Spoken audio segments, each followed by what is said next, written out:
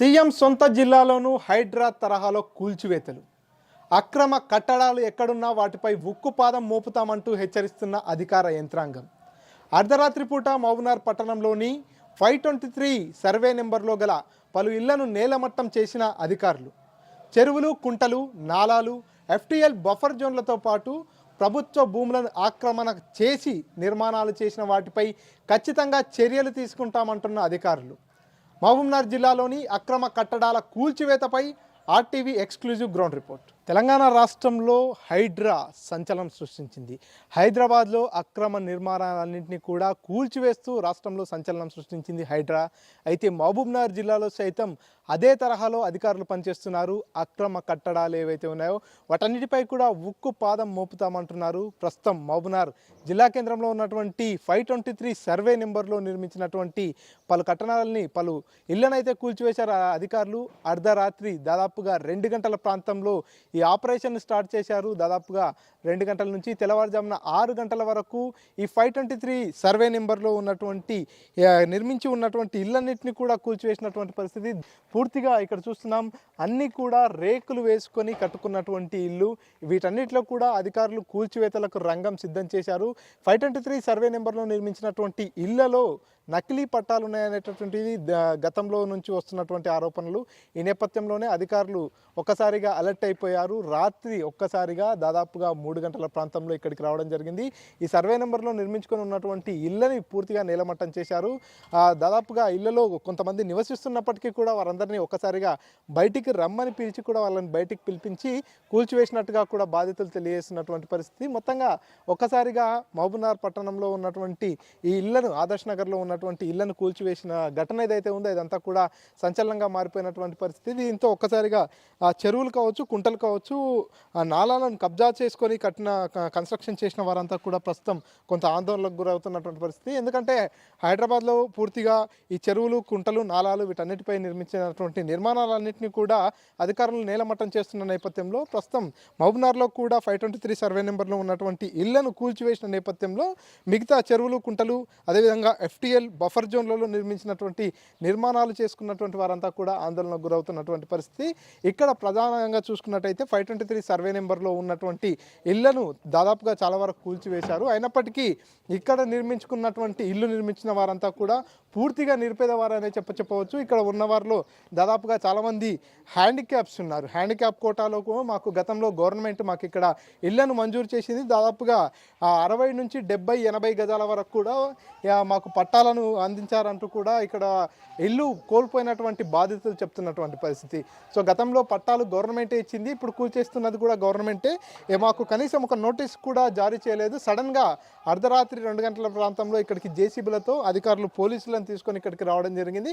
ఒక్క ఇన్ఫర్మేషన్ కూడా లేకుండా పూర్తిగా ఇళ్ళన్నింటినీ కూడా నేలమట్టం చేశారు. ఇప్పుడు మా పరిస్థితి ఏంటంటూ కూడా ఇక్కడ ఉన్నటువంటి బాధితులు వారు మొరపెట్టుకుంటున్నటువంటి పరిస్థితి. మొత్తానికైతే మహబూబ్నగర్ పట్టణంలో ఈ అక్రమ కట్టడాలు ఏవైతే ఉన్నాయో వీటిపై పూర్తిగా ఉక్కుపాదం మోపుతాము. ఎక్కడైనా సరే అక్రమ కట్టడాలపై హైడ్రా తరహాలోనే ఇక్కడ ఒక జీవో తీసుకొస్తాం. ఇక్కడ కూడా పూర్తిగా అక్రమ కట్టడాలన్నింటినీ కూడా తొలగిస్తామంటూ కూడా అధికారులు తెలియజేస్తుంటే 523 సర్వే నెంబర్ మాత్రం ప్రస్తుతం హాట్ టాపిక్గా మారినటువంటి పరిస్థితి. మొదటగా 523 సర్వే నెంబర్లో ఉన్నటువంటి ఇళ్లను కూల్చివేసిన నేపథ్యంలో బాధితులంతా కూడా ఒక్కసారిగా ఆందోళనకు దిగుతున్నటువంటి పరిస్థితి. గతంలో మాకు గవర్నమెంటే ఇక్కడ పట్టాలను ఇవ్వడం జరిగింది.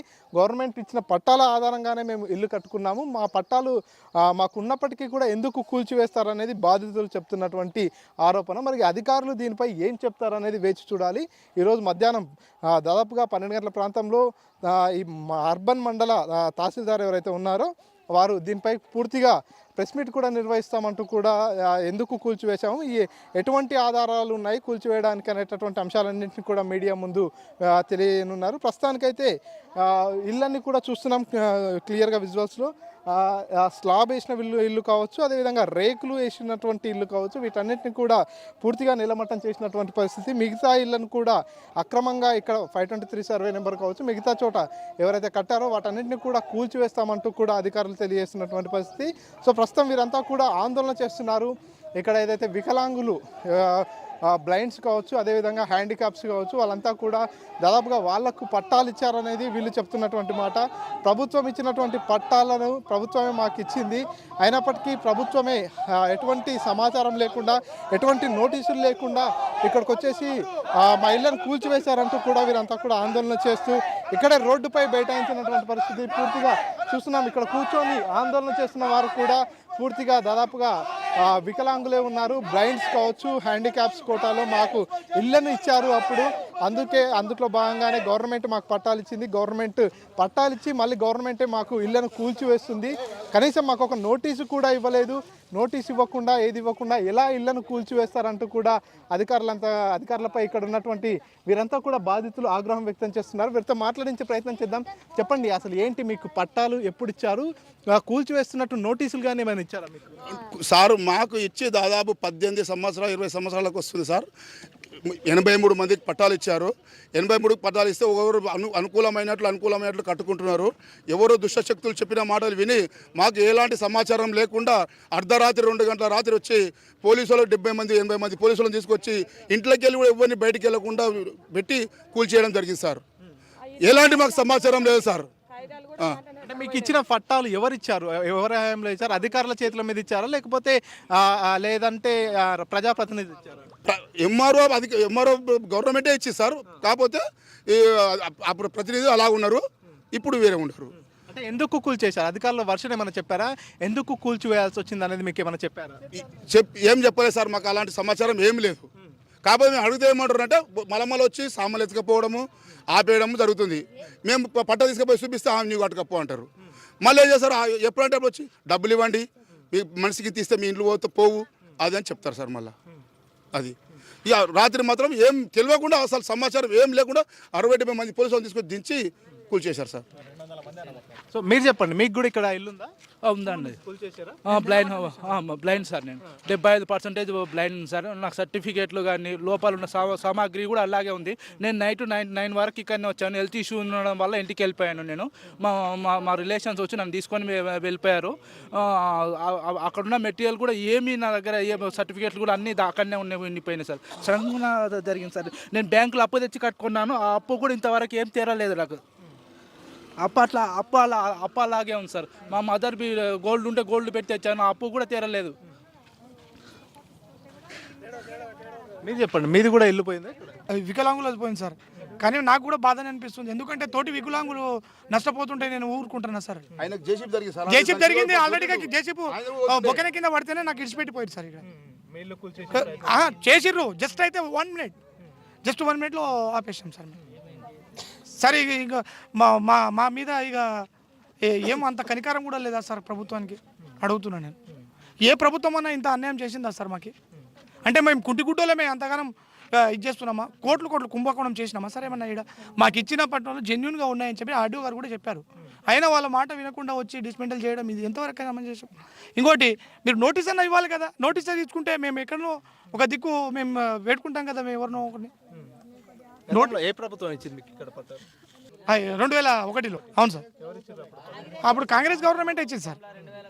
కాంగ్రెస్ గవర్నమెంటే ఇచ్చింది. కాంగ్రెస్ గవర్నమెంట్ 2001 అంటే కాంగ్రెస్ గవర్నమెంటే ఉంటుంది కదా సార్. అదే కాంగ్రెస్ గవర్నమెంటే ఇచ్చింది. చూస్తున్నాం మొత్తంగా ఇక్కడ ఉన్నటువంటి వారంతా కూడా వికలాంగులు. వీరంతా కూడా మాకు వికలాంగుల కోటాలో గతంలో 2021లో ఇక్కడ అప్పటి కాంగ్రెస్ ప్రభుత్వం మాకు పట్టాలు ఇవ్వడం జరిగింది. మళ్ళీ ఇప్పుడు కూడా కాంగ్రెస్ ప్రభుత్వమే అధికారంలో ఉంది. అయినప్పటికీ కూడా మా ఇళ్లను కూల్చివేస్తున్నారు. కనీసం మాకు ముందస్తుగా ఒక నోటీసులు కానీ ఒక ఇన్ఫర్మేషన్ కూడా లేదు. అర్ధరాత్రి వచ్చేసి దాదాపుగా ఇంట్లో ఉన్న వాళ్ళని కూడా బయటికి తీసుకొచ్చి పూర్తిగా ఇళ్లన్నింటినీ కూల్చివేశారు. ప్రస్తుతం మమ్మల్ని రోడ్డున పడేసింది ప్రభుత్వం, కాబట్టి ప్రభుత్వమే మమ్మల్ని ఆదుకోవాలి, లేదంటే దీనిపై పెద్ద ఎత్తున ఉద్యమిస్తామంటూ కూడా ఇక్కడ ఉన్నటువంటి వికలాంగులు బాధితులంతా కూడా తెలియజేస్తున్నటువంటి పరిస్థితి. వేపూర్ గ్రామానికి చెందిన నా పేరు రోహిత్, డాడీ పేరు రాజు నాయక్. మాకు గవర్నమెంట్ పట్టా ఇచ్చిన పట్టా అది. ఆల్రెడీ మాకు 2007 వచ్చిన పట్టా ఇది. మాకు నాయన చేతులారా తీసుకున్న పట్టా ఇది. వితౌట్ పర్మిషన్ తోటి మాకు ఇల్లు కూర్చోవడం జరిగింది సార్. మాకు గవర్నమెంట్ ప్రకారంగా మాకేం న్యాయం చేయండి. మాకు ఇంటికి పర్మిషన్ ఏమి రాలేదు సార్. మాకు నోటీస్ రాలేదు, మాకు ఒక కాల్ రాలేదు, ఏమి రాలేదు సార్. మాకు ఇట్లా ఇష్యూ ఉందని చెప్పి మాకు వచ్చిన పట్టా ఉన్న కూడా మాకు కూల్చి చేయడం జరిగింది. మాకు న్యాయం చేయండి సార్. ఏ కోటాలు ఇచ్చారు? హ్యాండిక్యాప్ సార్, హ్యాండిక్యాప్ ప్రకారం నా డాడీకి మెడికల్ ఇష్యూ కాలు పోవడం వల్ల దాని ప్రకారంగా మనకు డాడీకి అనేది గవర్నమెంట్ ఇది ల్యాండ్ అనేది వచ్చింది. వజ్ర పట్టణం చిల్లర ఇచ్చి అన్నారు. ఎప్పుడు? 2007లో వచ్చింది సార్. కన్స్ట్రక్షన్ ఎప్పుడు చేశారు? మినిమం 4 years అవుతుంది సార్. ఇల్లు కట్టి డాడీ లేక మేము కూలినాలు చేసి బతుకుతున్నాం సార్ హైదరాబాద్లో. ఏదో రూపాయి కట్టు పెట్టి కట్టిన ఇల్లు సార్ ఇది. మాకేందో న్యాయం చేయండి సార్. ఇల్లు కట్టేటప్పుడు పర్మిషన్లు తీసుకుందా? పర్మిషన్ అంటే అందరూ కట్టేటట్టు కట్టినాం సార్ మేము. గవర్నమెంట్ నుంచి పర్మిషన్ ఏం తీసుకోవాలి? మున్సిపాలిటీ నుంచి? మున్సిపాలిటీ అంటే ఆల్రెడీ తీసుకున్నాం సార్. అప్పుడు తీసుకున్నాం, కట్టుకోమని చెప్పిండ్రు. కొన్ని రోజుల తర్వాత మాకే స్థాయి లేక కట్టుకోలేదు సార్. కొన్ని ఇష్యూ వల్ల కట్టుకోలేక కొన్ని 2 రోజులు ఆగి ఇక ఏదో డబ్బుల ప్రాబ్లం వల్ల కట్టుకోలేక ఏదో రూపాయి కూడా పెట్టి కట్టుకున్నాం సార్ టైంకి. ఎప్పుడు కూల్ చేశారు? నైట్ సార్, నైట్ 2 గంటలకు వచ్చి మొత్తం ఇష్యూ చేశారు సార్. ఇది మీకు ఏం నోటీస్ ఏదైనా? నోటీస్ రాలేదు, ఏం లేదు సార్ మాకు. నోటీస్ అయితే ఏం చెప్పలేదు. నైట్ వచ్చి మొత్తం మాకు తెలియకుండా కూల్పోయేషన్ జరిగింది. నా పేరు బాలరాజ్ అండి. మా నాయన పేరు శాంతయ్య. మా నాయన హ్యాండిక్యాప్. మా నాయనకు పట్టా ఇష్యూ చేసిండ్రు వాళ్ళు 2007లో. అప్పటి వరకు ఎప్పుడు కట్టేసుకుని అంటే కట్టేసినాము, వెంబడే కట్టేసినాము. కొద్దిగా ఆర్థిక ఇబ్బందుల వల్ల పైసలు లేకపోవడం వల్ల ఇక్కడ లేము, వేరే ఇక్కడ బతకడానికి వెళ్ళాము.